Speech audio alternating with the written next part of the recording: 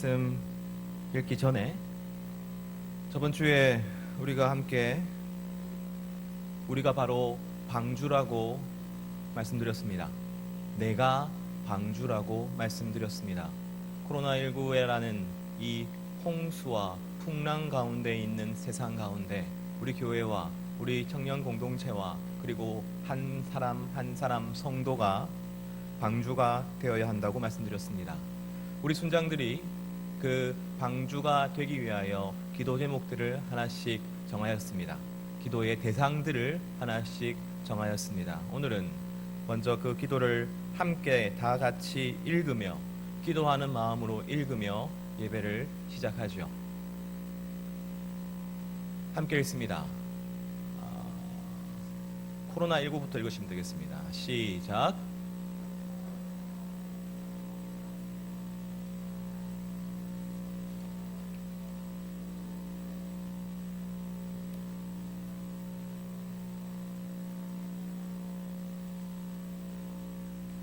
코로나19로 인하여 집에 머무는 시간이 늘면서 증가할 가능성으로 지목되었던 아동학대, 가정폭력을 당하는 자들이 있는 가정들을 위하여 기도합니다.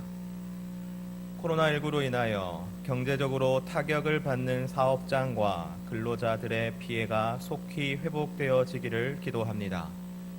코로나19로 인하여 실직자, 취준생, 알바를 구하는 분들이 더 나아지지 않는 상황 때문에 오는 힘듦 속에 포기하지 않고 함께 견딜 수 있는 마음을 달라고 기도합니다. 코로나19에 감염될 위험에 가장 크게 노출되어 있으면서도 생계를 위해 노동을 그칠 수 없는 취약 노동자들을 코로나 감염으로부터 지켜달라고 기도합니다. 돈이 없어 마스크를 구매하기 어려우신 독거노인 및 노숙인들을 위하여 기도합니다. 열악한 의료체계, 높은 빈곤층 비율, 부패한 정권 등의 이유로 현재 심각한 상황에 놓여 있는 중남미 국가들을 위해 기도합니다. 코로나 확진이 회복되고 난 후 일상에서 육체적, 심리적 힘듦을 겪는 분들을 위해 기도합니다.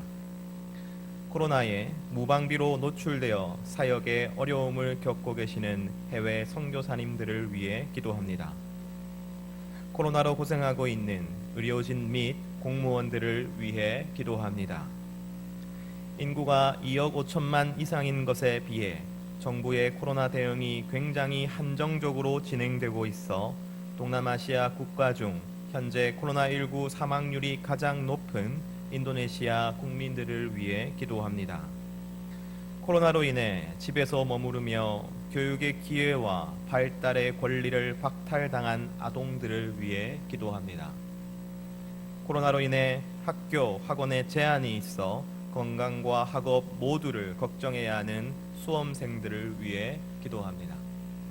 이 기도의 제목들은 순장들이 각자 고민하고 생각하고 기도한 후에 함께 나누었습니다. 이 기도의 제목을 가지고 우리는 2달 동안 함께 기도하게 될 것입니다. 순장님들께서는 각 순에 이 기도의 제목을 공유하시고 그리고 업데이트 하십시오. 그리고 함께 기도할 수 있도록 하십시오.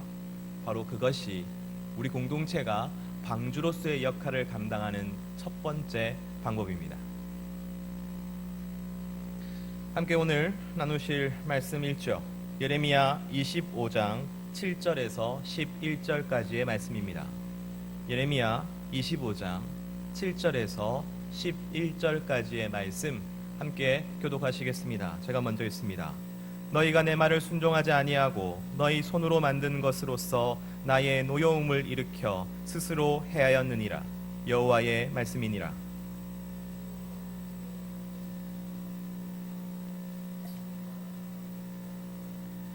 보라, 내가 북쪽 모든 종족과 내 종 바벨론의 왕 느부갓네살을 불러다가 이 땅과 그 주민과 사방 모든 나라를 쳐서 진멸하여 그들을 놀램과 비웃음거리가 되게 하며 땅으로 영원히 폐허가 되게 할 것이라. 여호와의 말씀이니라.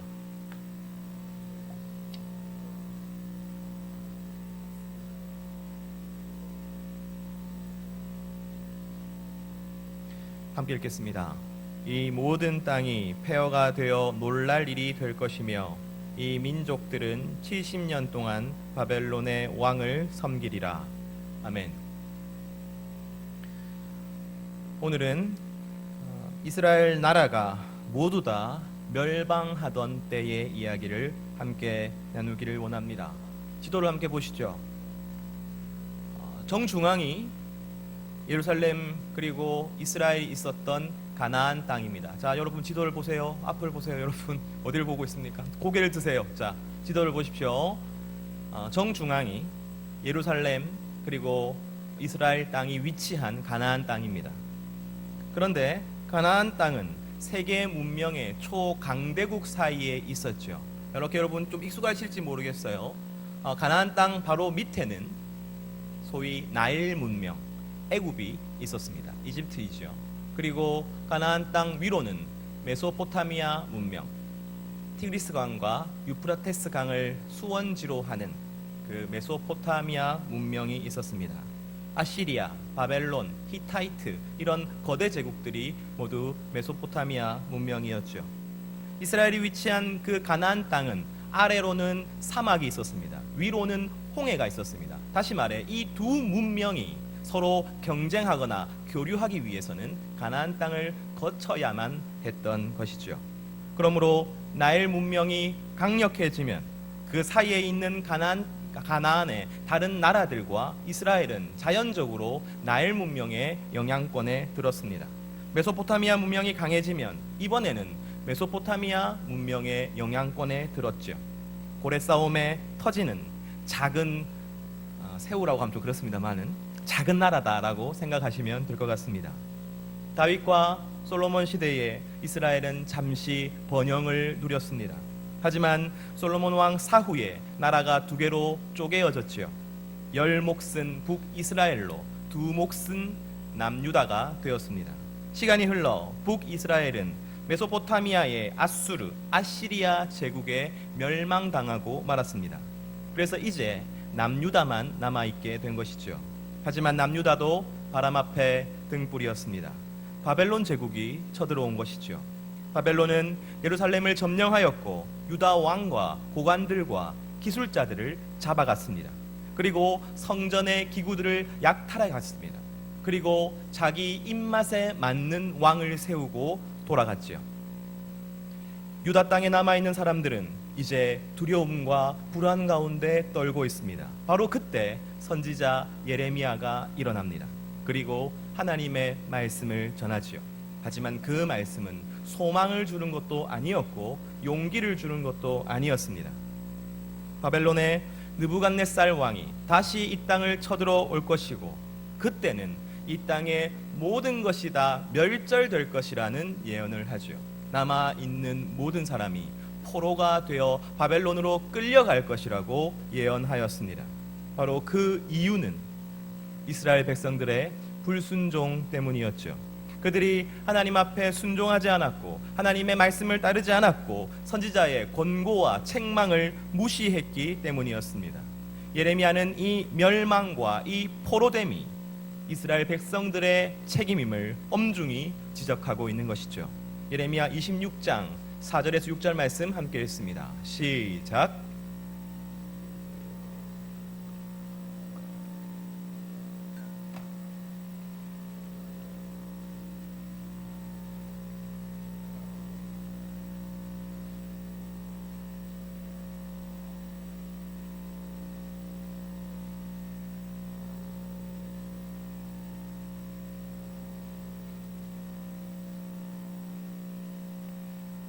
여러분 이것이 얼마나 기분 나쁜 예언입니까? 설사 이 예언이 옳다 하더라도 우리가 이것을 용납할 수 있겠습니까? 우리가 만약 조선시대 살고 있는데 누가 일어나서 일본이 우리를 침략할 것이라고 예언합니다. 그리고 그들에게 이 모든 국토가 짓밟힐 것이라고 예언했습니다. 45년간 우리가 일본의 종살이를 해야 되고 저항해보았자 아무 소용없다고 이야기한다고 칩시다. 그리고 그 책임이 우리 자신에게 있다고 말한다고 칩시다. 여러분 우리가 그들을 용납할 수 있겠습니까? 돌을 들어서 던지지 않겠습니까? 마찬가지로 유다의 제사장들과 선지자들과 모든 백성들은 예레미야를 죽이려 했습니다. 그리고 왕궁에서도 사람들이 나와서 예레미야가 죽는 것이 당연하다 이렇게 이야기를 하였어요. 온 나라가, 온 민족이 예레미야의 적이 되었습니다. 아이감이라는 사람이 도와주었죠. 그래서 겨우겨우 살아나게 되었습니다. 이렇게 죽을 고비를 넘긴 예레미야에게 하나님은 또 이상한 일을 명령하시죠. 예레미야 27장 2절 말씀 함께 읽습니다. 시작.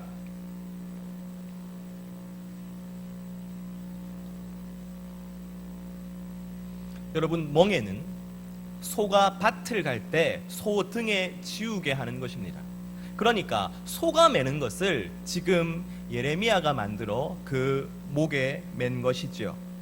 그리고 예레미야는 이렇게 선포합니다. 그 멍에를 맨 채로 유다의 왕과 외교관들과 그리고 고관들 앞에서 이렇게 말합니다. 바로 내가 이 멍에를 맨 것처럼 유다 민족이 바벨론 왕의 멍에를 매야 할 것이다. 바벨론 왕의 종살이를 해야 할 것이다. 그 시간이 70년일 것이다. 이렇게 예언했던 것이죠. 여러분, 지금 생각해도 70년은 너무나도 긴 시간입니다. 그러나 당시에는 평균 수명이 30에서 40년이었어요. 다시 말하면 70년이란 시간은 2대 혹은 3대에 걸친 아주 긴 시간이었던 것이지요. 예레미야 25장 11절 말씀 함께 있습니다. 시작.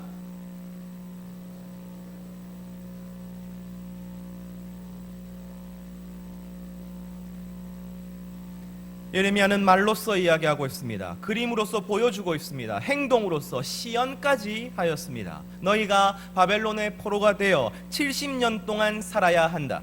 사람들은 그 내용을 싫어했죠. 그리고 그 내용을 전하는 예레미야를 미워했지요. 심지어 그를 죽이려 했습니다. 하지만 그럼에도 불구하고 예레미야는 끊임없이 포로 생활이 70년이라고 강조하고 있는 것입니다. 70년 포로 생활, 70년 포로 생활, 70년 포로 생활. 바로 이것이 예레미야가 했던 말이었습니다. 그런데 바로 이때 또 다른 한 사람이 등장합니다. 이 사람도 선지자였습니다. 이 사람의 이름은 하나냐였죠. 예레미야 28장 1절에서 3절 말씀 함께 읽습니다. 시작.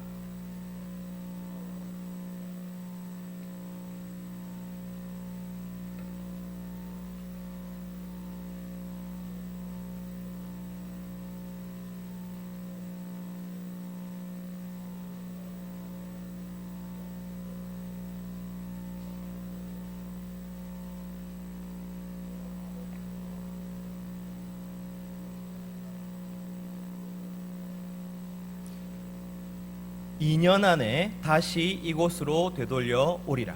2년 안에. 하냐냐라는 이 선지자는 예레미야의 예언처럼 남유다가 바벨론의 포로가 될 것이라고 이야기했습니다. 하지만 이 포로 생활이 70년이 아니라 2년이라고 이야기하고 있는 것이죠. 그는 예레미야의 목에서 멍에를 빼앗아 그것을 꺾어버립니다. 그리고 2년 안에 하나님께서 바벨론의 멍에를 꺾으실 것이라고 말하고 있는 것이죠. 그래서 2년 안에 잡혀갔던 포로들이 다시 돌아오게 될 것이고 2년 안에 성전의 모든 기구들도 다시 돌아오게 될 것이라고 이야기하고 있는 것입니다. 하냐냐는 이렇게 이야기하고 있는 것이죠. 2년의 포로 생활, 2년의 포로 생활, 2년의 포로 생활. 여러분, 여기에 두 가지 시간이 있습니다. 지금 이 상황은 누가 봐도 바벨론이 이기는 상황이었습니다. 그리고 곧 바벨론 군대가 다시 쳐들어온다는 것이 명약관한 일이었어요. 그런데 여기에 두 가지 예언이 있는 것이죠. 하나는 70년 동안 바벨론의 포로 생활을 해야 한다는 예언이었습니다. 또 하나는 2년 동안 바벨론의 포로 생활을 해야 한다는 예언입니다. 여러분은 어떤 예언이 더 좋습니까? 여러분은 어떤 예언을 더 바랍니까? 당연히 2년이지요. 이스라엘 백성들도 그러했습니다. 그들은 70년 포로 생활보다는 2년의 포로 생활을 더 좋아했습니다. 당연한 일이지요. 그래서 그들은 70년 포로 생활을 믿지 않고 2년의 포로 생활을 믿었습니다. 그들은 바벨론 포로 생활이 2년 만에 끝날 것이라고 생각했습니다. 사랑하는 청년 여러분, 70년이면 어떻고 2년이면 어떻습니까? 저는 이 70년과 2년의 차이를 그냥 지나가 버렸습니다. 중요하지 않다고 생각했어요. 이미 우리는 예레미야가 옳다는 것을 알고 있습니다. 유대 민족은 그들이 어떤 것을 믿는지와는 관계없이 70년 동안 포로 생활을 해야 할 것입니다. 그러므로 무슨 상관입니까? 어차피 변하는 것은 없는데요. 그래서 저는 유대 민족이 포로 생활을 70년이라고 믿든지 2년이라고 믿든지 이것은 중요하지 않다라고 생각했던 것이지요. 하지만 제가 잘못된 것이었습니다. 코로나19 가운데 저는 이 문제가 어쩌면 우리에게도 가장 중요한 문제라는 것을 깨닫습니다. 어떤 시간을 믿을 것인가? 바로 이 문제가 그들과 그리고 우리의 모든 것을 결정합니다. 예를 들어보죠. 저는 코로나가 2개월 안에 끝날 것으로 믿었습니다. 정말입니다. 그래서 2개월만 지나면 우리의 일상으로 다시 돌아갈 수 있다고 믿었습니다. 그래서 코로나19가 터지고 난 다음에 한 달쯤 됐을까요? 제가 여름 수련회 장소 답사를 갔다 왔습니다. 여름 수련회 갈 거라고 장로님과 교구장님과 그리고 회장한테 이야기하고 아무도 나를 말리지 않았습니다. 태안이었는데 바다가 바로 앞에 있고 큰 모텔을 개조하는 것이라서 여러분 1인 1실 사용할 수 있어요. 화장실 다 딸려 있어요. 멋진 곳이었습니다. 좋아하지 마세요. 못 갑니다. 여러분 저는 진짜 2개월 안에 이 코로나가 끝날 줄로만 알았습니다. 하지만 나의 기대처럼 그렇게 되지 않았지요. 여러분 그렇다면 이 코로나가 언제까지 계속될까요? 혹시 정말 그러지 않기를 바라지만 70개월 동안 계속된다면 여러분 그렇다면 우리의 모든 것이 달라지지 않겠습니까? 제가 지금 70개월 동안 계속되라고 말하는 게 아님을 여러분 알아주시길 바라요. 하지만 우리가 생각하는 것보다 우리가 기대하는 것보다 훨씬 더 긴 시간이 필요할 것이라고 전문가들은 이야기하고 있습니다. 가을이 오면 대유행이 한 번 더 찾아오고 코로나가 끝난 뒤에도 이와 같은 변종 바이러스가 다시금 창궐할 것이라고 사람들은 이야기합니다. 여러분 이 코로나는 쉽게 끝나지 않을 것 같습니다. 그렇다면 그저 우리가 속히 예전으로 돌아갈 수 있다고 믿는 것은 너무나도 큰 잘못인 것이죠. 70년이 아니라 2년이라고 믿는 이 믿음 자체가 너무나도 잘못된 것입니다. 이스라엘 백성들은 포로 생활이 2년인 줄만 알았습니다. 하냐냐가 그렇게 예언했으니까요. 아니 그 전에 그들이 2년을 원했으니까요. 2년을 기대했으니까요. 예레미야가 70년이라고 피를 토하며 선포했지만 백성들은 2년을 믿기로 결정합니다. 그리고 모든 문제가 바로 그 믿음에서 시작됩니다. 이제 유다 백성들이 포로로 잡혀갑니다. 바벨론 땅에 살게 됩니다. 이 땅은 그러나 그들이 생각할 때는 2년만 있으면 떠날 땅인 것이지요. 그곳에 적응할 필요가 없습니다. 새로운 이웃과 새로운 주인과 새로운 삶에 최선을 다할 필요가 없습니다. 그저 이곳에 잠시 머물다가 나는 돌아갈 것이기 때문이지요. 예전의 삶으로 다시 돌아갈 것이기 때문이지요. 그래서 이 새로운 곳에 집을 지을 필요도 없고 텃밭을 일굴 필요도 없고 그 성읍을 위해서 무언가를 해야 할 필요도 느끼지 못하는 것이지요. 예레미야는 그런 바벨론의 포로들에게 편지를 씁니다. 얘들아 집을 지어라. 얘들아 텃밭을 가꾸어라. 얘들아 그 성읍의 평안을 위해서 기도해라. 왜냐하면 너희가 그 성읍에서 70년을 살아야 하기 때문이다. 그뿐만이 아닙니다. 그들은 지금 내가 믿고 있는 나의 신앙 가운데서 무엇을 목숨처럼 지켜야 되고 무엇을 이 상황과 환경에 맞추어 바꾸어야 할지를 고민하지 않았습니다. 왜냐하면 2년만 있으면 모든 것이 예전으로 돌아갈 것이기 때문이지요. 예배드리지 못하고 모여서 기도하지 못하고 함께 성도의 교제를 나누지 못해도 그들은 아무 상관이 없었습니다. 왜냐하면 2년만 지나면 예전으로 다시 돌아갈 것이기 때문입니다. 이 시간은 그래서 잠깐의 공백과 같은 것이지요.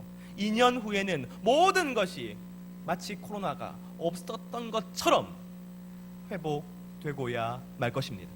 포로 생활이 없었던 것처럼 돌아가게 될 것입니다. 그래서 그들은 아무것도 하지 않고 아무것도 생각하지 않고 아무것도 고민하지 않고 그저 기다리기만 하였습니다. 그 중에서도 특별히 문제가 되는 것은 신앙의 교육이었죠. 신앙을 다음 세대에 전수하는 것이었습니다. 신앙을 배우는 것이었습니다. 아니, 신앙을 지키기도 힘든데 어떻게 신앙을 가르치고 배울 수 있겠습니까? 포로 생활은 믿음과 신앙의 전수를 이전 방식으로는 불가능하게 만들었죠. 하지만 그들은 상관하지 않았습니다. 왜냐하면 여러분, 2년만 지나면 다시 예전처럼 돌아갈 것이기 때문입니다. 지금 유대 민족은 하나님을 전혀 알지 못하는 이방 민족 가운데 살아야 합니다. 하나님이 살아계시다면 왜 너희가 지금 전쟁에서 패배하였고 지금 이 땅에 포로로 끌려왔냐고 조롱하는 사람들 사이에서 살아야 합니다. 하나님을 믿는다는 것이 내게 전혀 도움이 되지 않고 내게 전혀 이득이 되지 않는 세상 가운데서 살아야 합니다. 오히려 내가 믿기만 하면 내게 실제적인 유익으로 돌아오는 바벨론의 우상과 함께 살아야 합니다.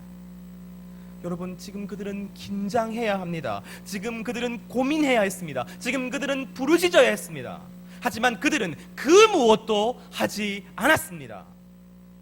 그들은 그저 2년이라는 시간만 흐르면 모든 것이 다 회복될 것이라고 믿었기 때문이죠. 그들이 믿음이 없어서가 아니에요. 그들은 믿음이 있었습니다. 하지만 그 믿음은 고작 2년만 지나면 하나님이 나의 모든 것을, 우리의 모든 것을 회복시켜 주실 것이라는 믿음이었죠.